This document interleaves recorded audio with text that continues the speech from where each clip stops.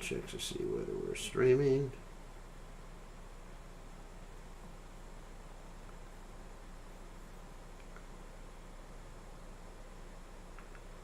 Let's see.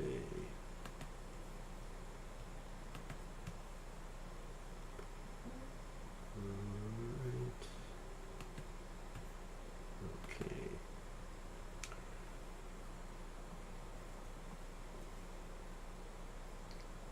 Yes, we are live. And live, I hope. Alright, we only have 6 people tonight. Okay, let's see if more join us. Okay, we're going to start chanting. And what are we going to chant? Let's do the Shingadeva prayers. We haven't done that for a while online.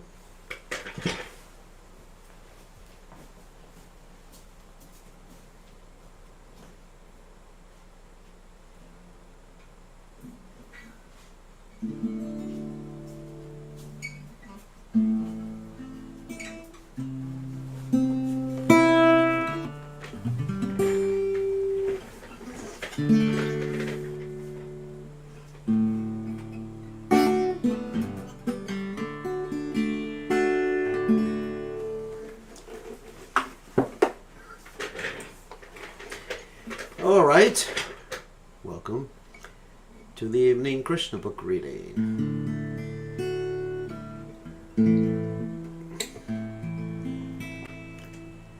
Namaste,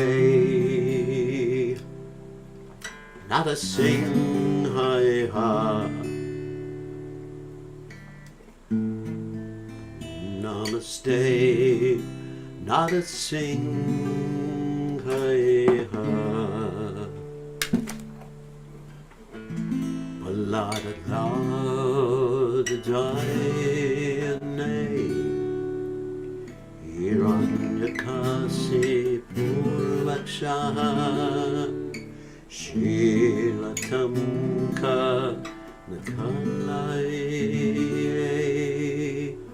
Itona singa paratona singo Yato Yamita tona singa Yato Yamita tona singa Mahina singho Hridayena singho Mahina singho Hridayena singho Nasringamatim Sharanam Prapajoy Nasringamatim Sharanam Prapajoy Nasringamatim Sharanam Prapajoy.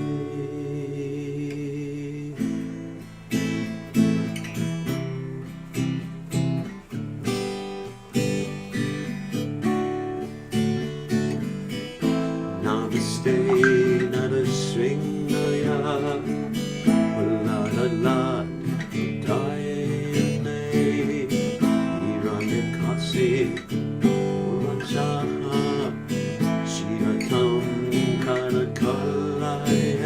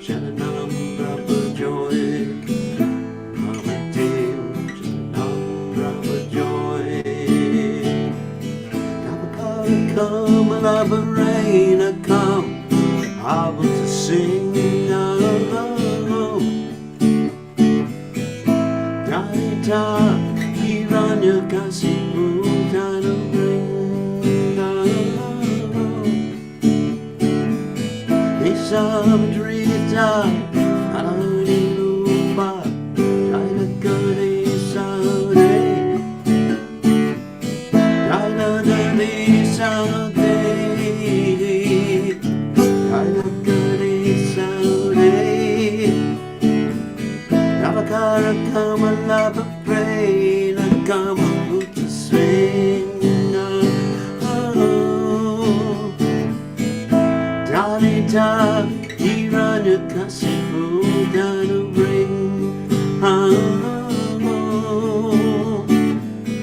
Isavatrita, Narayana Rupa, Jaya Gade Sade, Jaya Gade Sade,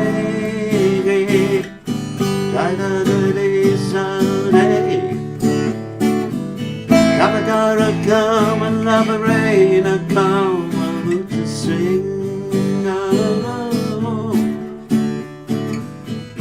Dalita, Ivana Kasipu, Dana ring.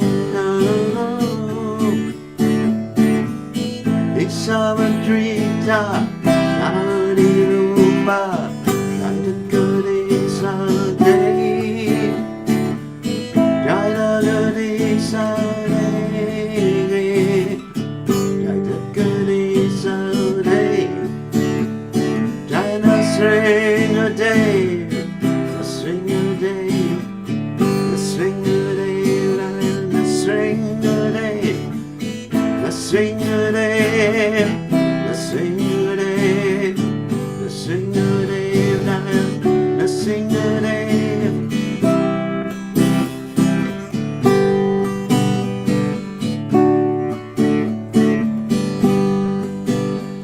Jaya Prabhupada, Prabhupada, Jaya Prabhupada, Jaya Prabhupada, Prabhupada, Prabhupada, Prabhupada, Haribo, Haribo,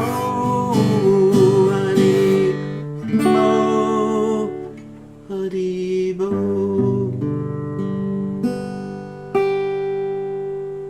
Jai Om Vishnu Pad Paramahansa Parvadikacharya, also Teta Satashi Shimad, His Divine Grace Savaya Chalananda Bhaktivedanta Goswami Maharaj Srila Prabhupada Ki Jai, ISKCON Founder Acharya Srila Prabhupada Ki Jai, Anandakoti Vaishnava Vrinda Ki Jai, Namacharya Srila Haridas Thakur Ki Jai.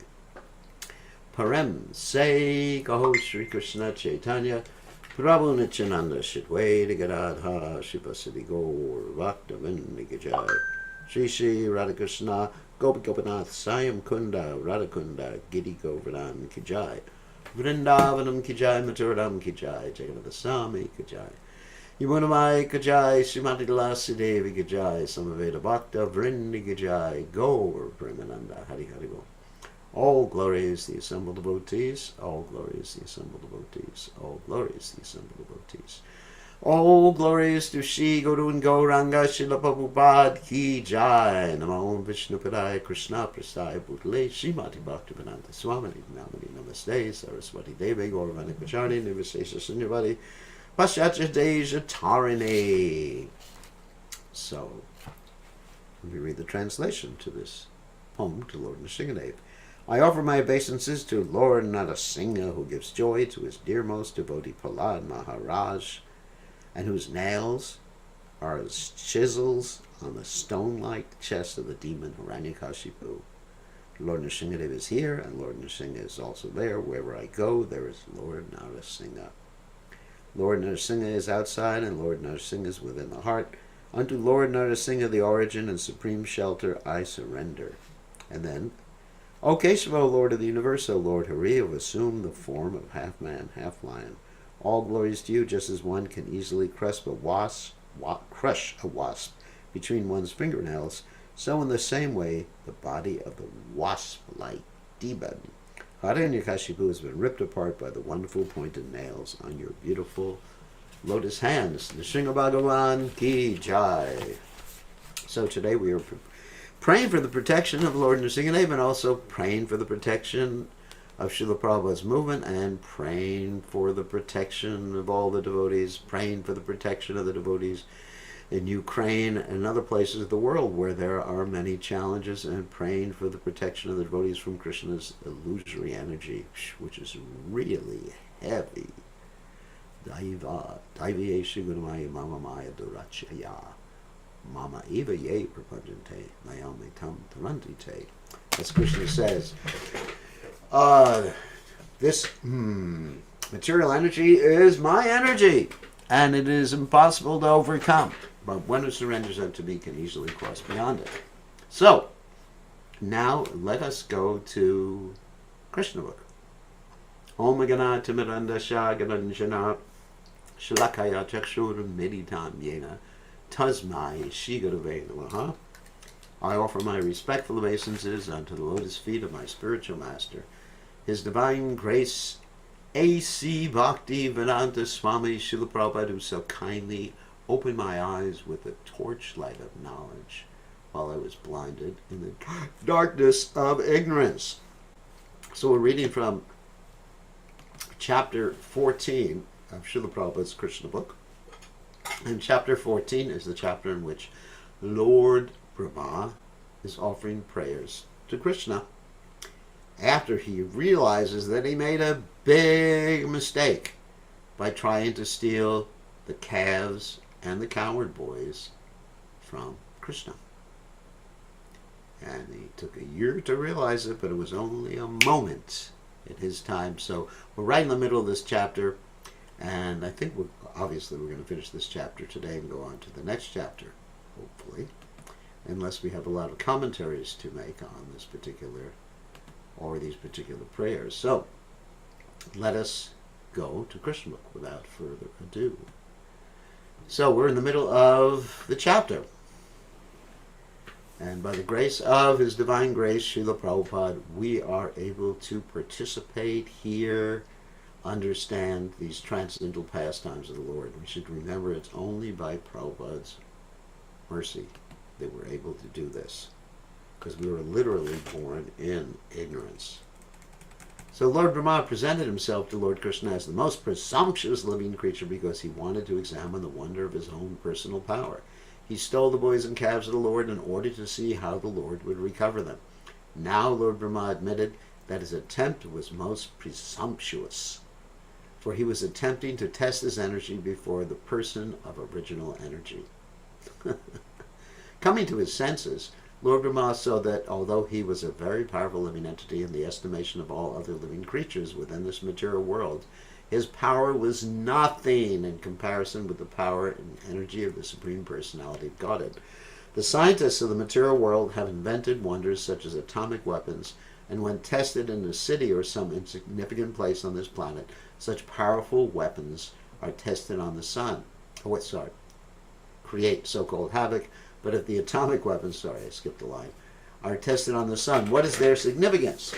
They're insignificant there. Similarly, Brahma's stealing of the calves and boys from Sri Krishna may be a wonderful display of mystic power, but when Sri Krishna exhibited his expansive power in so many calves and boys and maintained them without effort, Brahma could understand that his own power was insignificant.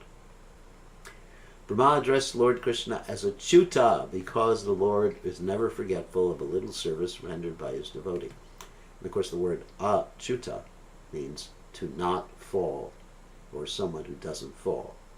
So in other words, he doesn't fall from his attitude of love to the devotees, and he doesn't fall down from his position as the Supreme Personality of God, and he doesn't fall into mire or illusion. He is so kind and affectionate toward his devotees that a little service by them is accepted by him as a great deal. Brahma has certainly rendered much service to the Lord. As the Supreme Personality in charge of this particular universe, he is without a doubt a faithful servant of Krishna, therefore he could appease Krishna. He asked that the Lord understand him as a subordinate servant whose little mistake and impudence might be excused. He admitted that he was puffed up by his powerful position as Lord Brahma, because he is the qualitative incarnation of the mode of passion. That means he manifests the quality or is in charge of the mode of passion within this material world. This was natural for him, and therefore he committed the mistake. But Lord Brahma hoped that since he was kind, it was after all Lord Krishna's subordinate, the Lord would kindly take compassionate upon him and excuse him for his gross mistake. Lord Brahma realized his actual position. He is certainly the supreme teacher of this universe, in charge of the production of material nature, consisting of the complete material energy, false ego, sky, air, fire, water, and earth. Such a universe may be gigantic, but it can be measured just as we measure our body as 7 spans. Generally, everyone's personal body measurement is calculated to be 7 spans of his hand, roughly, depending, how tall you are. This particular universe may appear as a very gigantic body, but it's nothing but the measurement of 7 spans for Lord Brahma. So Lord Brahma can manifest himself our size, and he can manifest himself as the size of the universe. So even Lord Brahma is inconceivable to us. Just like someone asked me the question yesterday, what about understanding God? I don't think we can understand Lord Brahma. I understand he exists. I can understand he has 4 heads in our universe. But that's about it. How can I conceive of something that, according to my estimation, is inconceivable? Although Lord Brahma is not unlimited like Krishna is, he is still inconceivable to me. Isn't it? Can't understand him. It's amazing. We with our teeny brains think we can understand things.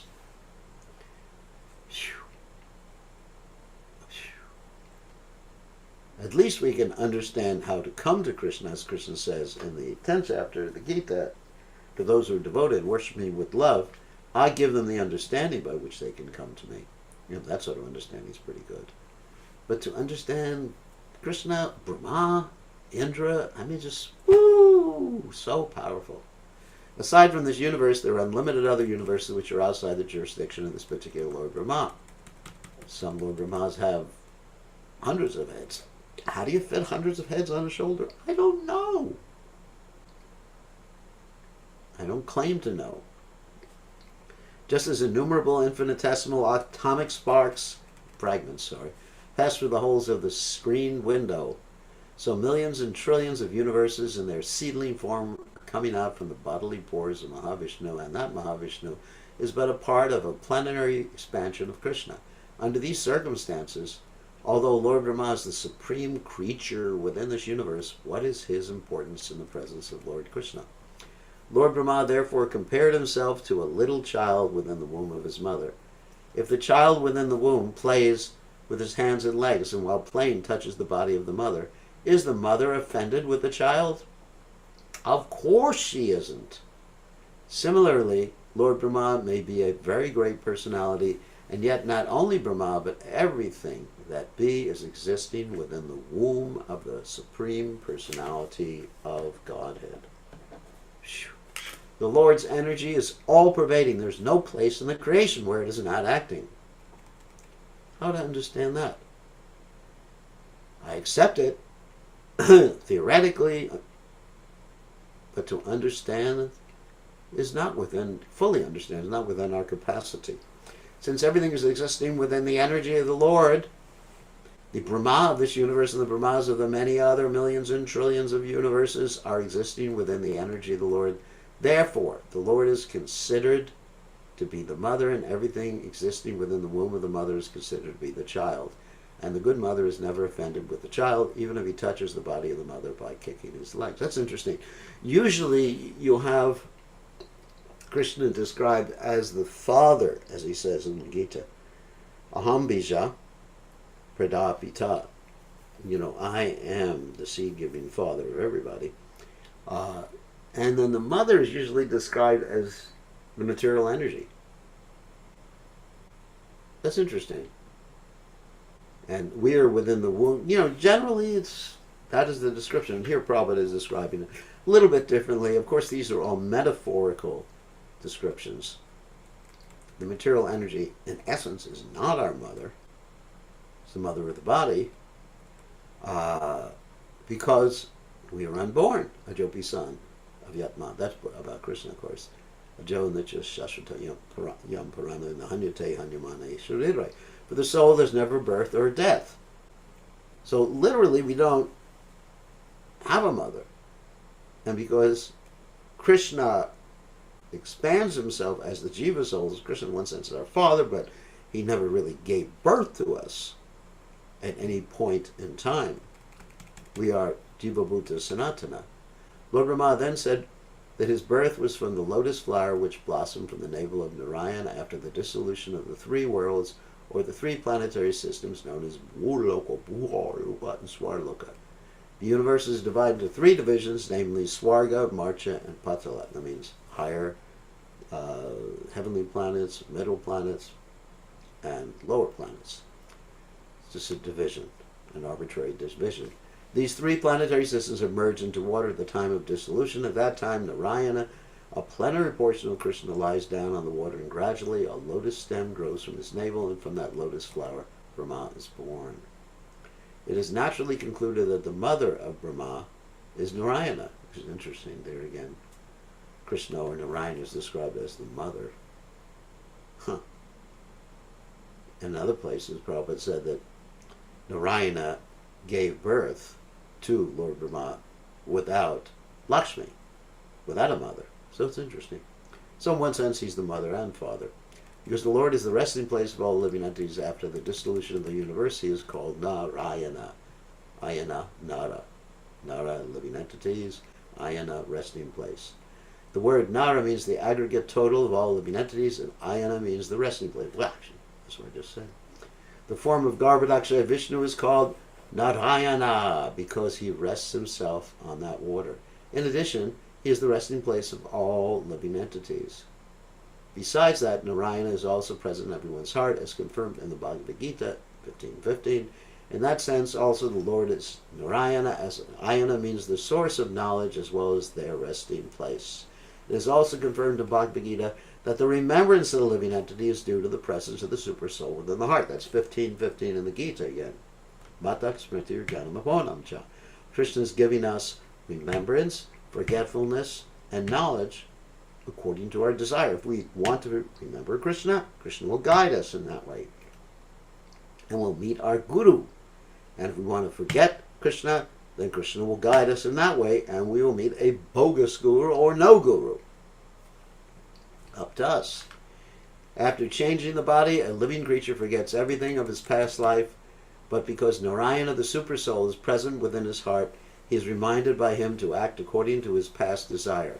Lord Brahma wanted to prove that Krishna is the original Narayan, and that he is the source of Narayan, and that Narayan is not an exhibition of the external energy Maya, but is an expansion of the spirit, an expansion of spiritual energy. The activities of the external energy or Maya are exhibited after the creation of the cosmic world, and the original spiritual energy of Narayana was acting before the creation. So the expansions of Narayana, from Narayana to Karanadakshay Vishnu, Karanadakshay Vishnu means Mahavishnu, who breathes out the universes. They come out from all the pores or from his mouth, and they expand and seed forms, and then Krishna enters from as Karanadakshay Vishnu. Karanadakshay Vishnu enters as Garbhodakshay Vishnu. Garbho means like the womb of the universe. And from Garbhodakshay Vishnu, who is universal super soul, then you have Shiradakshay Vishnu, who is the super soul in everyone's heart. And from Shiradakshay Vishnu to everyone's heart are actually Krishna's expansions, manifestations of his spiritual energy. They are not conducted by the material energy, and therefore they are not temporary. Anything conducted by the material energy is temporary, but everything executed by the spiritual energy is eternal. Lord Brahma reconfirmed his statement establishing Krishna as the original Narayan. He said that the Lord's gigantic universal form is resting on the water known as the Garbhodaka. That's the water, the transcendental water in the universe, and therefore Garbhodak Vishnu, Garbhodakshay Vishnu. He spoke as follows: this gigantic universal form is another manifestation of energy. On account of his resting on the water, the universal form is also Narayana, and we are all within the womb of this Narayana form. I see your different Narayana forms everywhere. I can see you on the water. I can feel you within my heart. I can see you before me now. You're the original Narayana. That is pretty wonderful statement. Think about it. I see your different Narayana forms everywhere, in every atom. I can see you on the water, that's the Garbhodakshay Vishnu. I can feel you within my heart, that's Kshirodakshay Vishnu. And I can see you before me now, that's Krishna, the original personality of Godhead. You are the original Narayan. Whoops. My dear Lord, in this incarnation you have proved that you are the supreme controller of Maya. Maya means the energy of the Lord. You remain within the cosmic manifestation, yet the whole creation is within you. This fact has already been proved by you when you exhibited the whole universal creation within your mouth before your mother Yashoda. By your inconceivable potency of Yoga Maya, you can effect such things without external help. My dear Lord Krishna, the whole cosmic manifestation that we are visualizing at present is all within your body. Yet I am seeing you outside, and you are also seeing me outside. How can such things happen without being influenced by your inconceivable energy? In other words, what he's saying is, everything is taking place inside of Krishna. Yet here I am seeing Krishna. And I'm outside, inside, but I'm seeing Krishna outside. This is inconceivable. So, even Lord Brahma doesn't know what's going on. Lord Brahma stressed herein that without accepting the inconceivable energy of the Supreme Personality of Godhead, one cannot explain things as they are. He continued, my dear Lord, leaving aside all other things and just considering today's happenings, what I have seen, are they not all due to your inconceivable energies? First of all, I saw you alone. Thereafter you expanded yourself as your cowherd boyfriends, the calves, and the whole existence of Vrindavan. Then I saw you and all the boys and calves as four-handed Vishnus, and they were being worshipped by all elements and all demigods, including myself. Again they were all wound up, and you remained alone as you were before. Does this not mean that you are the Supreme Lord Narayan, the origin of everything, that everything emanates from you, and again enters into you, leaving you the same as before? So it's amazing. Persons who are unaware of your inconceivable energy cannot understand that you alone expand yourself as the creator, Brahma, the maintainer, Vishnu, and the annihilator, Shiva. Persons who are not in awareness of things as they are contemplate that I, Brahma, am the creator, Vishnu is the maintainer, and Lord Shiva is the annihilator. Actually, you alone are everything, creator, maintainer, and annihilator. Similarly, you expand yourself in different incarnations among the demigods. You incarnate as Vamanadeva, that's the dwarf Brahmin. Among the great sages, you incarnate as Parashuram, the warrior who killed all the Kshatriyas. Among the human beings, you appear as yourself, Lord Krishna, or as Lord Ram. Among the animals, you appear as the boar incarnation, Varaha. And among the aquatics, you appear as the fish incarnation, Moksha. And yet you have no appearance or disappearance. In other words, you're not born and you don't die. You are always eternal. Your appearance and disappearance are made possible by your inconceivable energy, just to give protection to the faithful devotees and to annihilate the faithless demons. O my Lord, O all-pervading Supreme Personality of Godhead, O Super Soul Controller of all mystic powers, no one can appreciate your transcendental pastimes as they're exhibited within these three worlds. No one can estimate how you've expanded Yogamaya and your incarnations and how you act by transcendental energy. In other words, you can't understand it. My dear Lord, this whole cosmic manifestation is just like a flashing dream, and its temporary existence simply disturbs the mind. As a result, we are full of anxiety in this existence. To live within this material world simply means to suffer and be full of all miseries. Tell me about it. And yet this temporary existence of the material world appears to be pleasing and dear on account of its having evolved from your body, which is eternal and full of bliss and knowledge. In other words, what we experience as dear and near, like family members or whatever, material possessions, is because all these things are in one sense reflections of the spiritual reality. And because Krishna is near and dear, and Krishna's energy is like reflecting his spiritual variety, his spiritual realm, things in this material world appear to be near and dear. Even things that are unconscious, like computers and cars and houses and things like that.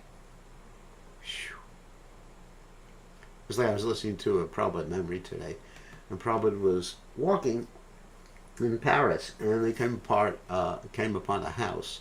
The house was really beautiful. Prabhupada said, "Look at that nice gate in front of the house. It's perfect. Look at the lawn.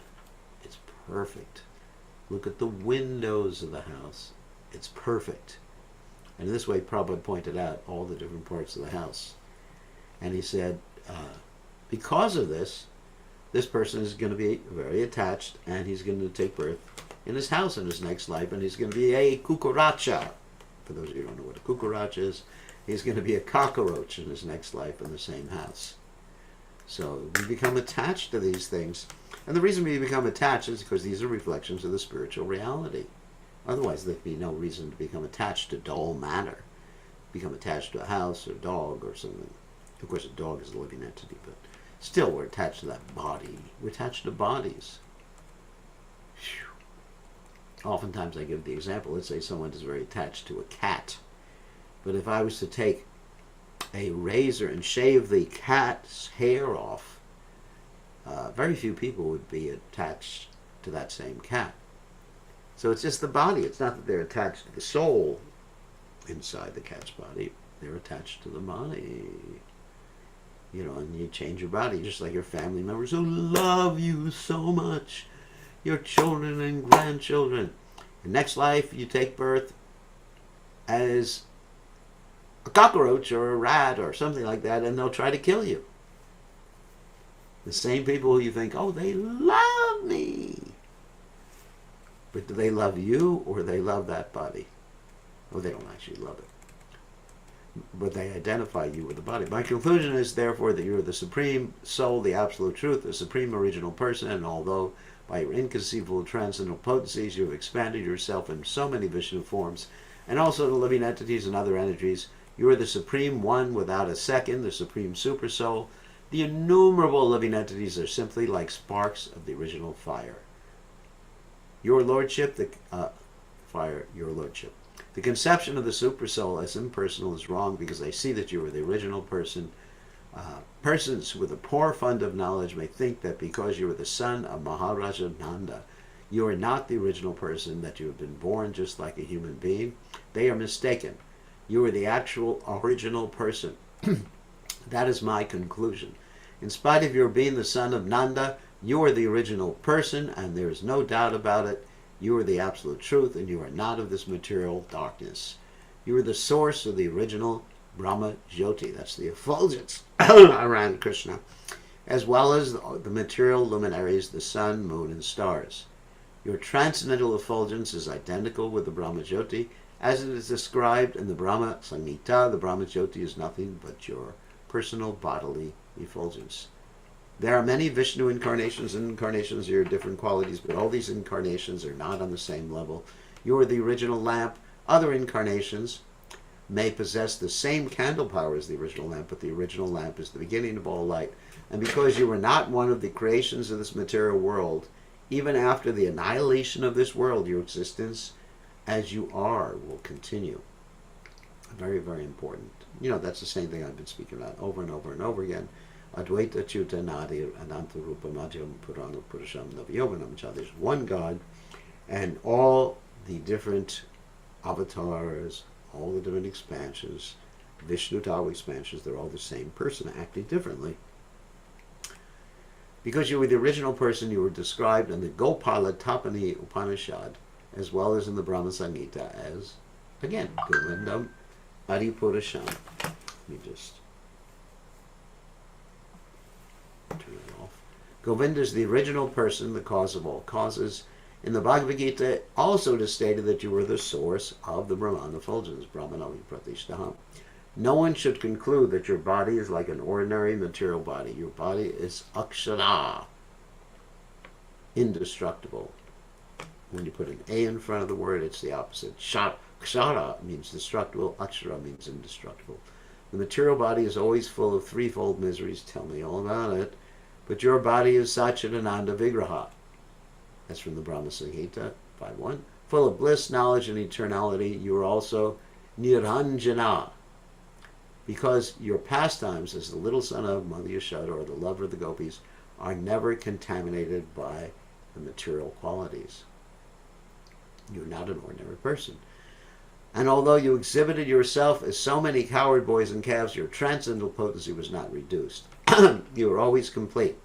As is described in the Vedic literature, even if the complete is taken away from the complete, the supreme absolute truth, it remains the complete supreme absolute truth. And of course, as you all know, that's the mantra in the Upanishad. Om Purnam Ada Purnam Idam. Right? That the supreme absolute truth is perfect and complete, and even though so many complete and perfect units emanate from the absolute truth, the supreme absolute remains the perfect and complete. And although many expansions from the complete are visible, the complete is one without a second. Since all your pastimes are spiritual, there's no possibility of their being contaminated by the material modes of nature. When you place yourself as subordinate to your father and mother, Nanda and Yashoda, you are not reduced in your potency. This is an expression of your loving attitude toward your devotees. Very important point. Krishna acts like he's subordinate, but he's not subordinate because he wants to have loving exchanges with his devotees. If he didn't act like he was subordinate, there would be no intimate loving exchanges. It would all be in the mood of awe and reverence. So Krishna really enjoys intimacy. There is no second identity to compete with you. A person with a poor fund of knowledge concludes that your appearance and pastimes are simply material designations. You are transcendental to both nescience, that means ignorance, and knowledge. As is confirmed in the Gopal Tapani Upanishad, you are the original Amrita, that means nectar, indestructible nectar of immortality, as confirmed in the Vedas, Amritam Shashvatam Brahma. Brahman is the eternal, the supreme origin of everything, who has no birth and death.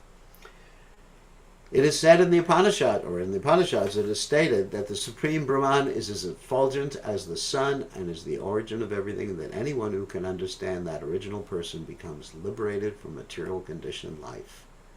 Anyone who can simply be attached to you by devotional service can know your actual position, birth, appearance, disappearance, and activities. As confirmed in the Bhagavad Gita, simply by understanding your constitutional position, appearance and disappearance, one can be immediately elevated to the spiritual kingdom after quitting this present body. Therefore, to cross over the ocean of material nescience, an intelligent person takes shelter of your lotus feet and is easily transferred to the spiritual world. Pretty easy to understand. There are many so-called meditators who do not know that you are the Supreme Soul. As stated in the Bhagavad Gita, you are the Supreme Soul present in everyone's heart. Ishvara Sarvabhutanam Hrideshi Arjuna Tishtati. Therefore, there is no necessity of one's meditating on something beyond you. One who is always absorbed in meditation on your original form of Krishna easily crosses over the ocean of material nescience. But persons who do not know that you are the Supreme Soul remain within this material world in spite of their so-called meditation. If by association of your devotees, that's the key, a person comes to the knowledge that the Lord Krishna is the original Super Soul, then it is possible for him to cross over the ocean of material ignorance. For instance, when a person mistakes a rope for a snake, he is filled with fear. But as soon as he understands that the rope is not a snake, he is liberated from fear. In other words, as soon as you understand the nature of this world and that you're eternal, then the fear goes away. But as long as you think that you're this body and you're attached to everything connected to the body, then you're fearful of losing things or of losing relationships, losing your life, losing your health, losing your youth. Tell me all about it. If one understands you, therefore, through your personal teachings, as stated in Bhagavad Gita, through teachings of your pure devotees, as stated in Srimad Bhagavatam and other Vedic scriptures, if one realizes that you are the ultimate goal of understanding, he need no longer fear this material existence. It's a long chapter. So-called liberation and bondage have no meaning for a person who is already engaged in your devotional service, just as a rope is not fearful to a person who knows that it is not a snake. In other words, you have knowledge, Knowledge will free you from fear. A devotee knows that this material world belongs to you, and therefore he engages everything in your transcendental loving service. Thus, there is no bondage for him. For a person who is already situated in the sun planet, there's no question of the appearance or the disappearance of the sun in the name of day or night. It is also said that you, Krishna, are just like the sun, and that Maya is like darkness. Another famous statement from the Chaitanya Charitamrita, Krishna Surya Sama, Maya Haya Andhakara. It's defining Maya, which is the forgetfulness of Krishna, or the lack of Krishna, or the ignorance of Krishna, is illusion. And Krishna consciousness is the presence of Krishna. And that's actually described in the Bhagavatam in the nutshell verses. Rate Ratam Napratyeta Napratyeta Chakrani Tadvidyad Atmanamayam Yata Basho Yata Tamaha. If you see anything without relationship to Krishna, that's Krishna's illusory energy. When the sun is present, there's no question of darkness. So for those who always remain in your presence by engaging in your service, there's no question of bondage or liberation. They are already liberated. On the other hand, persons who falsely think themselves to be liberated without taking shelter of your lotus feet fall down because their intelligence is not pure. If one, therefore, thinks that the supersoul is something different from your personality and thus searches out the supersoul, the Supreme Brahman, somewhere else, in the forests or in the caves of the Himalayas, his condition is very lamentable.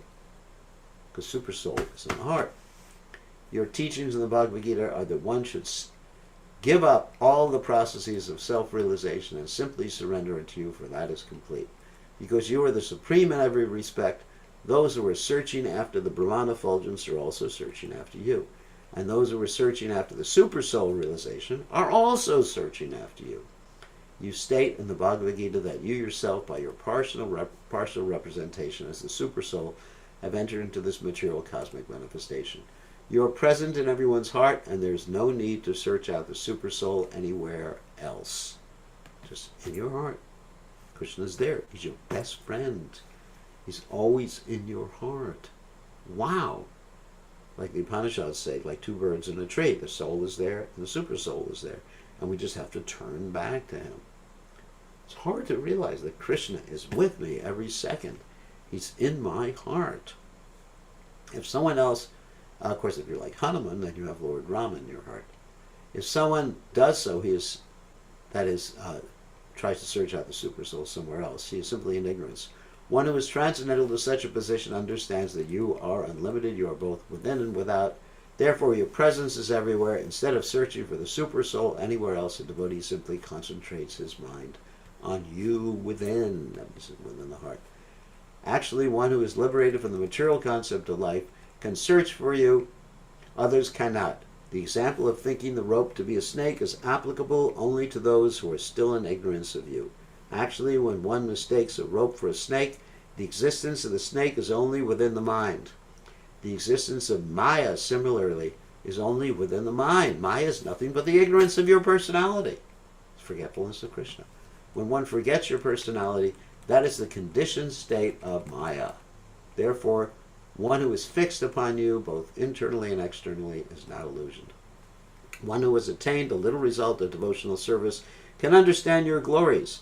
Even one striving for Brahman realization or Paramatma realization cannot understand these features of your personality unless you bestow upon them the result of at least a slight bit of devotional service. One may be the spiritual master of many impersonalists, or he may go to the forest or to a mountain cave or meditate as a hermit for many, many years. But he cannot understand your glories without being favored by a slight degree of devotional service. Nor are Brahman realization or Paramatma realization possible even after one searches for many, many years, unless one is touched by the wonderful effect of devotional service. Of course, as Krishna says in the Gita, Bhakti-mam abhijanati. There has to be some bhakti to even understand Brahman realization or Paramatma realization. It may not be pure bhakti, but there has to be some devotional service. Therefore, my dear Lord, I pray that I may be so fortunate that in this life or in another life, wherever I may take birth, I may be counted as one of your devotees. Wherever I may be, I pray that I may be engaged in your devotional service. I do not even care what form of life I get in the future, because I can see that even in the form of cows and calves or cowherd boys, the devotees are so fortunate to be always engaged in your transcendental loving service and association. Just like Uddhava, he prays to be blades of grass or dust so he can be there in Vrindavan and be touched by the lotus feet of the gopis. So we have a material conception when we think, I don't want to be a cow, I don't want to be a blade of grass, I don't want to be a tree. That's a material conception, because all the entities in the spiritual world, and everything is an entity in the spiritual world, are fully conscious Satchidananda. Therefore, I wish to be one of them instead of such an exalted person as I am now, for I am full of ignorance. The gopis and cows of Vrindavan are so fortunate they have been able to supply their breast milk to you. Persons who are engaged in performing great sacrifices and offering many valuable goats in sacrifice cannot attain the perfection of understanding you, but simply by devotional service these innocent village women and cows are all able to satisfy you with their milk.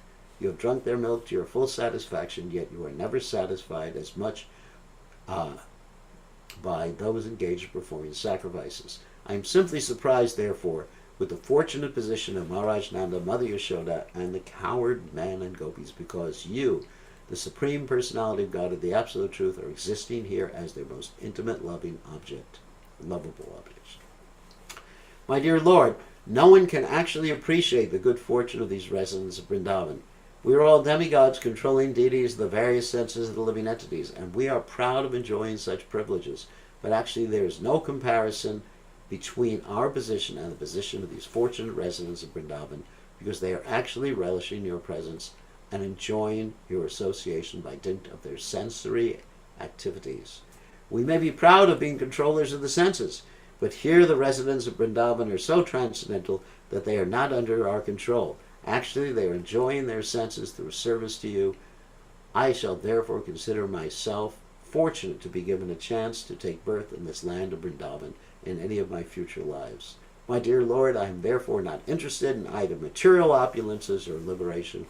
I am most humbly praying at your lotus feet for you to please give me any sort of birth within this Vrindavan forest, so that I may be able to be favored by the dust of the feet of some devotees of Vrindavan. If I am given the chance to grow as a humble blade of grass in this land, that would be a glorious birth for me. But if I am not so fortunate to take birth within the forest of Vrindavan, I beg to be allowed to take birth outside the immediate area of Vrindavan, so that when the devotees go out, they will walk over me. Even that would be a great fortune for me. I am just aspiring for birth, which I will be smeared by the dust of the devotees' feet, because I can see that everyone here is simply full of Krishna consciousness. No one here knows anything but the lotus feet of Krishna or Mukunda, for which the Vedas themselves are searching. Wow, pretty interesting and very humble prayer. It is confirmed in the Bhagavad Gita that the purpose of the Vedic knowledge is to find Krishna, and it is said in the Brahma Samhita that it is very difficult to find Krishna, the Supreme Personality of Godhead, by systematic reading of the Vedic literature. But he is very easily available through the mercy of a pure devotee, a durlabham bhakto. Durlabham bhakto.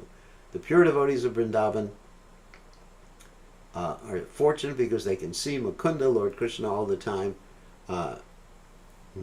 This word Mukunda can be understood in two ways. Mukunda means liberation. Lord Krishna can give liberation and therefore transcendental bliss. The word also refers to his smiling face, which is just like the Kunda flower. Mukha means face. The Kunda flower is very beautiful and it appears to be smiling.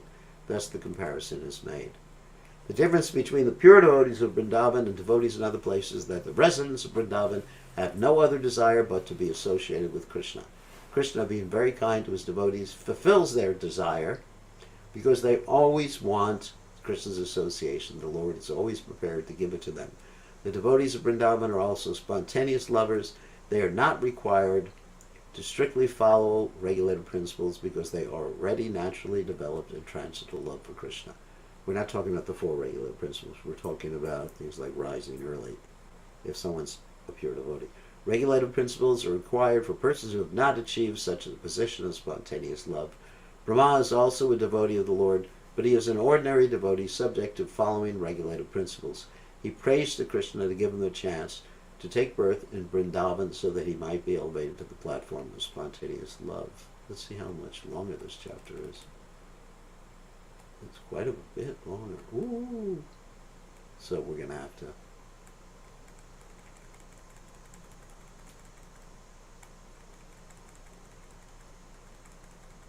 Yep. Quite a bit longer. So we're going to have to end. I thought we were going to... Here we are. All right. So, okay, we ended with this phrase, spontaneous love.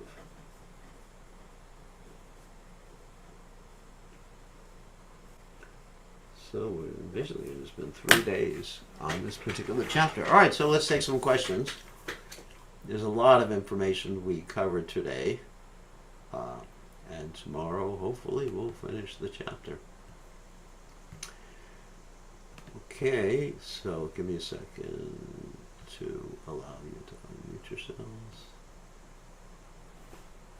Okay, you can unmute yourselves or type in the chat window, if you like, your question, or raise your hand if you want to be called on. So who has a question? Nobody has a question. That's interesting. Does anybody have a question of anything we talked about today? Yes. Madhava, you have a question. You got to unmute yourself.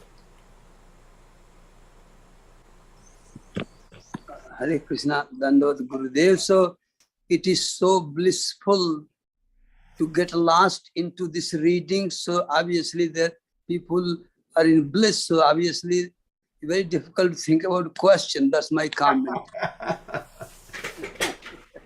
Yeah, the philosophy is actually quite simple, being presented by Lord Brahma. It's something that we've heard over and over and over again, and that's why I'm going through it rather quickly. But it's actually blissful to hear these words, and it's become so clear, the philosophy of Krishna consciousness, when we hear it from Prabhupada. It's interesting, like sometimes like we may try to read ourselves outside of Srila Prabhupada's books, and then it's just, what's going on, what's being said, and Prabhupada is just like so transparent, in a spiritual way, that it's just like, it's so easy to understand the Krishna conscious philosophy just hearing from Prabhupada. He's just so there. He's a transparent medium. I mean, all pure devotees are, but Prabhupada's a transparent medium specifically for us to carry out Lord Chaitanya's message to the fallen souls in Kali Yuga. Okay.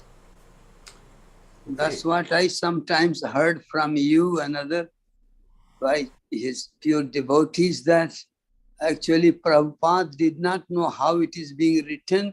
He says that it is written by Krishna. That's why he goes and read himself that what was written. It's very interesting statement. Yeah, it's actually quite interesting that Krishna is just like revealing. It's Prabhupada's transparent via medium, which is actually what Prabhupada has said many times the Guru should be. And transparent, but also giving us it in such a way that we can digest it. So expert. Okay, thank you, Madhava. And I think, does anyone else have a question or comment?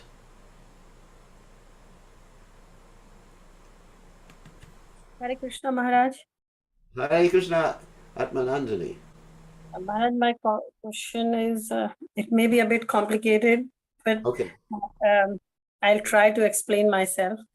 Because we know that when Krishna, like this is Nandan Krishna who is doing all these Leelas, Yeah. and when he leaves for Mathura, it is only the Vasudev Krishna which leaves. Yes, that's right. Krishna expands himself. And it's same in the Dwarika. It's Vasudev Krishna, not Nandan Krishna. So Yeah, that's right.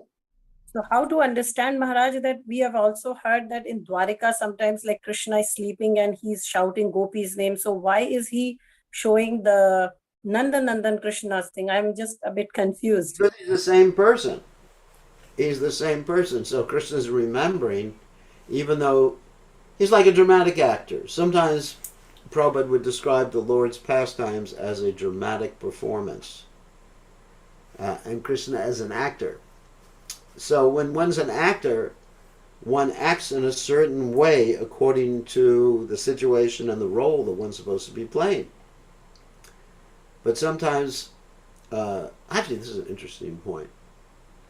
Sometimes the actor may break character. That's a technical word, which I'm sure Gopal knows. Breaking character, which means that not, there's sometimes in the material world it's not good to break character.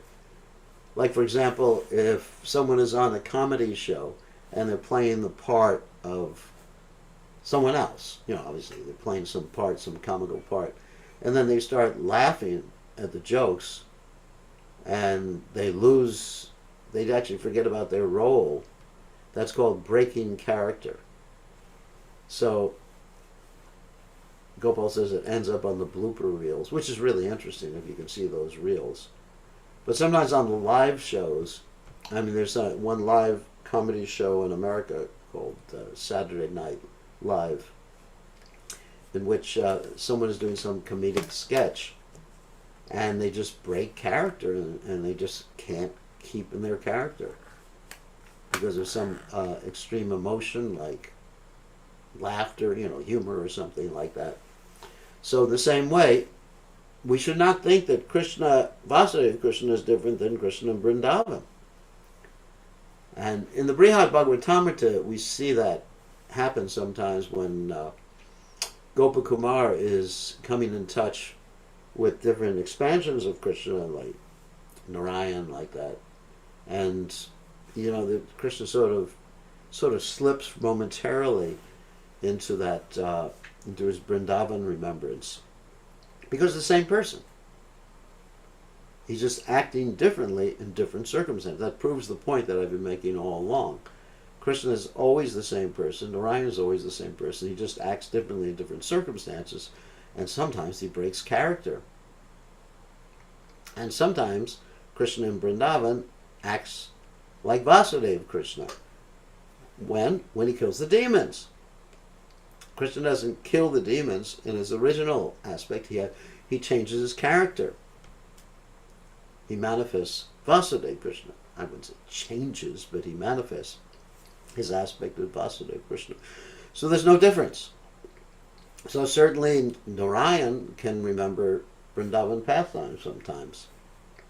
Although generally he's not thinking of those things because of Yogamaya. But he can break character. I thought that was a really interesting example of breaking character. Thank you for the question. That's actually good. So here's another one. Nalini Kant's asking, please, how do we understand, one who understands a little bit about Krishna Lila is eligible to enter the spiritual world? One has to understand about Krishna Lila in fact, not just the details of Krishna Lila, when Krishna woke up, when he kissed the gopis or anything like that, but they're transcendental. Janma karma cha me divyam, Krishna says in the Gita in the 4th chapter. One who understands the transcendental nature of my appearance and activities. Understanding Leela as theoretical when we hear, but as spiritual hearing, as we are hearing from pure devotees, still inconceivable. Yes. The question is faith. See, Janma Karma Chami Divyam basically means to be completely convinced that it's transcendental. It's not something in the material world, like some story of boys and girls or boys playing, or some village stories like that. We have to be completely 100% convinced. And those who are not convinced, the Shradana Purusha Dharma Shashat Parandapa, Aprapyamam Nivartante Mritusam Saravartmani. You come back to birth and death in the material world. It doesn't have that complete conviction, faith, etc. That's called Shraddha. Shraddha, which means giving one's heart complete conviction. Good questions. I'm glad we actually stopped for questions rather than continuing tonight. But it's actually an important part of the class to have these questions. Okay, so now it is time. We're on the hour.